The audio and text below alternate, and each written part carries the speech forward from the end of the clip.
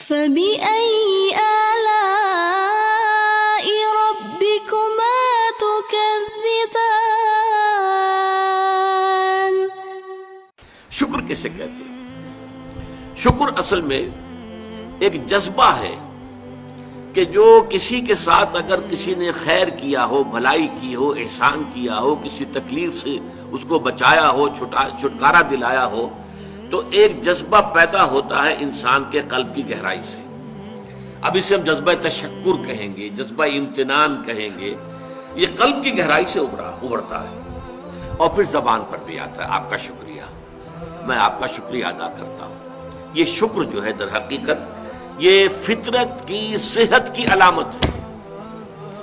اگر فطرت صحیح ہے تو شکر لازماً ہوگا، اور اگر شکر نہیں ہے تو معلوم ہوا کہ فطرت مسخ ہو چکی ہے۔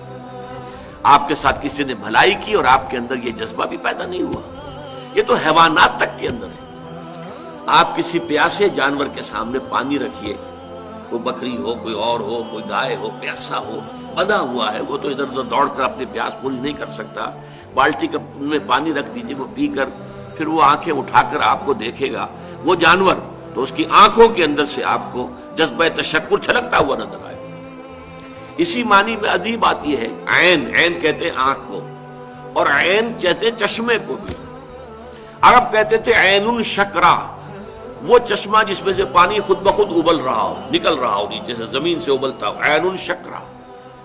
اور دابۃ شکور کہتے تھے ایسے حیوان کو، آپ کے ہاں کو گائے ہے، بھینس ہے، بندھی ہوئی ہے، آپ اس کی ٹہل سیوا کر رہے ہیں، اچھی خوراک دے رہے ہیں، غذا دے رہے ہیں، نہلاتے بھی ہیں گائے بھینس کو، تو پھر اس کا ظہور اس کے بدن پر ہونا چاہیے، اس پہ فربہی آنی چاہیے، تو اس کو کہیں گے دابۃ شکور۔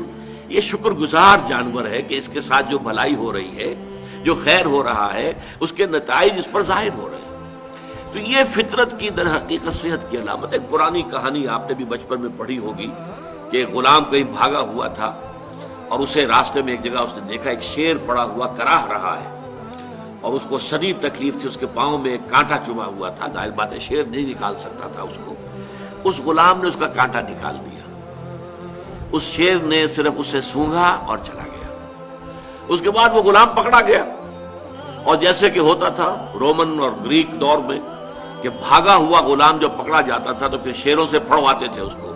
ان کے جو بڑے وہ ہوتے تھے، یہ اسٹیڈیمز بنے ہوئے ہوتے تھے، اس میں آ کر جو ہے اس غلام کو چھوڑ دیا، اور پھر بھوکا شیر جو ہے وہ پنجرے میں سے نکالا تاکہ وہ اس کو بھموڑے اور ختم کرے۔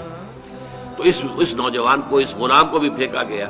اس کے بعد جو شیر کا پنجرا کھولا تو شیر آیا، اس نے سونگا اور اس کو چھوڑ کر علیحدہ بیٹھ گیا۔ لوگ حیران ہوئے، معلوم ہے یہ وہی شیر تھا کہ جس کے پاؤں سے کانٹا نکالا